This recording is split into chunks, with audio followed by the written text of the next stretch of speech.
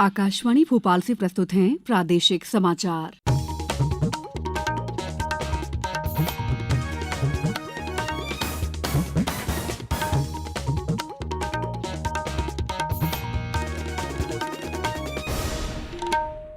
नमस्कार, समाचारों के साथ मैं दीपा सिंह। सबसे पहले मुख्य समाचार।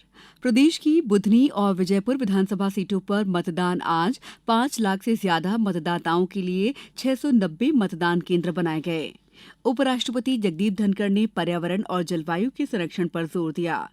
मुख्यमंत्री डॉ मोहन यादव ने कहा, प्रदेश में साइबर थानों का विस्तार किया जाएगा। और नर्मदा तथा तवा नदी के संगम स्थल पर प्रसिद्ध बांद्राभान मेला आज से। अब समाचार विस्तार से। 11 राज्यों की 33 विधानसभा और केरल की वायनाड संसदीय सीट पर उपचुनाव के लिए आज मतदान है। राजस्थान में 7, पश्चिम बंगाल में 6, असम में 5, बिहार में 4, कर्नाटक में 3 और मध्य प्रदेश तथा सिक्किम में 2-2 सीटों पर उपचुनाव हो रहे हैं। प्रदेश की बुधनी और विजयपुर विधानसभा सीट पर उपचुनाव के लिए सुबह 7 बजे से शाम 6 बजे तक मतदान होगा। सीहोर जिले की बुधनी सीट केंद्रीय मंत्री शिवराज सिंह चौहान के लोकसभा सांसद बनने से रिक्त हुई थी। यहां पूर्व सांसद रमाकांत भार्गव भाजपा और राजकुमार पटेल कांग्रेस से उम्मीदवार हैं। यहां से समाजवादी पार्टी भी मैदान में है। बुधनी विधानसभा क्षेत्र में कुल 2,76,397 मतदाता हैं। क्षेत्र में 363 मतदान केंद्र बनाए गए हैं। श्योपुर जिले की विजयपुर सीट पर प्रदेश के वन एवं पर्यावरण मंत्री रामनिवास रावत भाजपा के उम्मीदवार हैं। वहीं कांग्रेस से मुकेश मल्होत्रा प्रत्याशी हैं। विजयपुर विधानसभा क्षेत्र में कुल 2,54,714 मतदाता हैं, जिनके लिए 327 मतदान केंद्र बनाए गए हैं। दोनों सीट पर शांतिपूर्ण मतदान के लिए व्यापक सुरक्षा प्रबंध किए गए हैं। दोनों विधानसभा क्षेत्र के मतदाता 12 वैकल्पिक फोटोयुक्त दस्तावेज दिखाकर भी मतदान कर सकेंगे।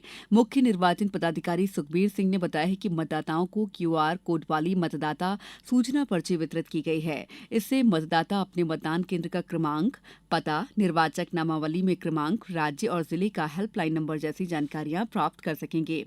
मतदान के लिए फोटोयुक्त वोटर ID कार्ड के अलावा 12 वैकल्पिक फोटोयुक्त दस्तावेजों, Aadhaar card, MNREGA job card, driving licence, PAN card, भारतीय पासपोर्ट, फोटो सहित पेंशन दस्तावेज, केंद्र और राज्य सरकार, PSU, सार्वजनिक लिमिटेड कंपनियों द्वारा कर्मचारियों को जारी किए गए फोटोयुक्त सेवा पहचान पत्र, बैंक डाकघर द्वारा जारी फोटोयुक्त पासबुक, राष्ट्रीय जनसंख्या रजिस्टर के तहत RGI द्वारा जारी स्मार्ट कार्ड, श्रम मंत्रालय की योजना के तहत जारी स्वास्थ्य बीमा कार्ड, सांसदों विधायकों को जारी किए गए आधिकारिक पहचान पत्र और भारत सरकार के सामाजिक न्याय मंत्रालय द्वारा दिव्यांगजनों को जारी यूनिक डिसेबिलिटी ID कार्ड में से कोई भी एक दस्तावेज का इस्तेमाल किया जा सकता है। उपराष्ट्रपति जगदीप धनखड़ ने कहा है कि महाकवि कालिदास की अमर कृतियां मानवीय भाव को अद्भुत रूप से प्रदर्शित करती हैं और मानवीय मूल्य के लिए सदैव प्रेरणा स्रोत हैं। उपराष्ट्रपति ने कल उज्जैन में अखिल भारतीय कालिदास समारोह के शुभारंभ समारोह में कहा कि महाकवि कालिदास की रचनाओं में मानव और प्रकृति के बीच अद्भुत और अटूट संबंध देखने को मिलता है। मेघदूतम जैसी उनकी कालजयी रचनाओं से प्रेरणा लेकर हमें अपनी पृथ्वी को बचाना होगा। पर्यावरण संरक्षण, जलवायु संरक्षण की दिशा में गंभीरता से प्रयास करने होंगे, क्योंकि रहने के लिए कोई दूसरी पृथ्वी उपलब्ध नहीं है। महाकवि कालिदास ने अपनी रचनाओं में पर्यावरण संरक्षण का संदेश दिया है, जो सदैव प्रासंगिक है। उन्होंने कहा कि इसी का परिणाम है कि भारत ने दुनिया को वसुधैव कुटुंबकम का संदेश दिया। भारत ने दुनिया को योग दिया। सामाजिक समरसता, और इसी से एक चीज उत्पन्न होगी जिसकी भारत में सख्त आवश्यकता है आज के दिन, जिसको जगह जगह से चुनौतियां दी जा रही हैं। भारत हमेशा सामाजिक समरसता, विश्व शांति और सबके कल्याण को दृष्टि में रखता है। हम उस देश के वासी हैं जिसने वासुदेव कुटुंबकम को अपनाया नहीं, दुनिया के सामने सार्थक प्रयोग रखा है। हमने दुनिया को योग दिया, ये विद्या हमने दी, क्योंकि हम सबकी सोचते हैं। उपराष्ट्रपति ने समारोह में विभिन्न क्षेत्रों में योगदान देने वाली विभूतियों को राष्ट्रीय कालिदास सम्मान अलंकरण से सम्मानित भी किया। भारतीय खाद्य सुरक्षा और मानक प्राधिकरण FSSAI ने ई-कॉमर्स खाद्य व्यवसाय संचालकों FBO से खाने पीने की वस्तुओं को बेहतर बनाए रखने के लिए उनकी न्यूनतम शेल्फ लाइफ सुनिश्चित करने के लिए नए तरीके अपनाने को कहा है। प्राधिकरण का कहना है कि उपभोक्ता को डिलीवरी के समय समाप्ति से पहले 30% या 45 दिनों की न्यूनतम शेल्फ लाइफ सुनिश्चित होनी चाहिए। इससे ई-कॉमर्स क्षेत्र के भीतर सुरक्षा मानक मजबूत बनाए जा सकेंगे। प्राधिकरण ने ई-कॉमर्स FBO के लिए अनुपालन आवश्यकताओं को मजबूत करने के लिए राष्ट्रीय राजधानी में जोमैटो और स्विगी जैसी ई कॉमर्स खाद्य व्यवसाय संचालकों के साथ एक बैठक बुलाई। सत्र में 200 से अधिक प्रतिभागियों ने भाग लिया। प्राधिकरण ने एफबीओ को ऑनलाइन आपूर्ति न कर पाने के प्रति आगाह किया। एफएसएसएआई के मुख्य कार्यकारी अधिकारी जी कमलावर्धन राव ने कहा है कि इससे भ्रामक जानकारी को रोका जा सकेगा और उपभोक्ताओं को सटीक उत्पाद मिलने के अधिकार की रक्षा हो सकेगी। समाचारों में वक्त है ब्रेक का। ये समाचार आप आकाशवाणी मध्य प्रदेश से सुन रहे हैं। ये समाचार बुलेटिन YouTube पर, Madhya Pradesh news All India Radio channel पर और फेसबुक साथ ही X प्लेटफॉर्म पर AIR न्यूज भोपाल पर सुने जा सकते हैं। इसके अलावा आप हमारी वेबसाइट newsonair.gov.in पर अथवा न्यूज ऑन AIR ऐप पर भी समाचार सुन सकते हैं। ब्रेक के बाद समाचारों में आपका एक बार फिर स्वागत है। मुख्यमंत्री डॉक्टर मोहन यादव ने कहा है कि राज्य में साइबर अपराधों के खिलाफ सख्त कार्रवाई करने के लिए पुलिस के ढांचे को मजबूत बनाया जाएगा। मुख्यमंत्री ने कल राज्य साइबर पुलिस हेडक्वार्टर भोपाल में वरिष्ठ पुलिस अधिकारियों के साथ बैठक की।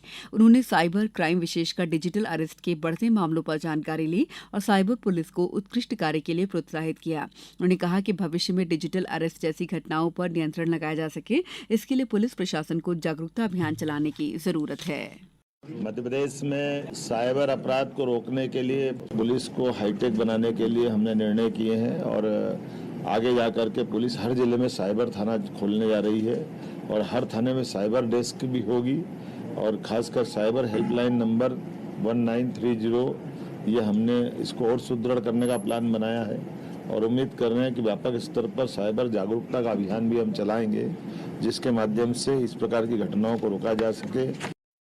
कार्तिक पूर्णिमा के अवसर पर नर्मदापुरम के नर्मदा और तवा के संगम स्थल पर लगने वाला प्रसिद्ध बांद्रबान मेला आज से शुरू हो रहा है। मुख्य स्नान 14 नवंबर कार्तिक पूर्णिमा पर होगी। नर्मदा नदी और तवा नदी के संगम स्थल पर आयोजित इस बांद्रबान मेले में कार्तिक पूर्णिमा पर भक्तों का हुजूम उमड़ पड़ता है। 3 से 4 दिन चलने वाले इस मेले में हर साल लाखों की संख्या में श्रद्धालु स्नान करने और मोक्ष की कामना लिए पहुंचते हैं।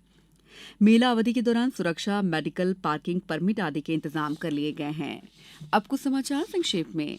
इंदौर नगर सीमा में कानून व्यवस्था को कायम रखने के लिए प्रतिबंधात्मक आदेश जारी किए गए हैं।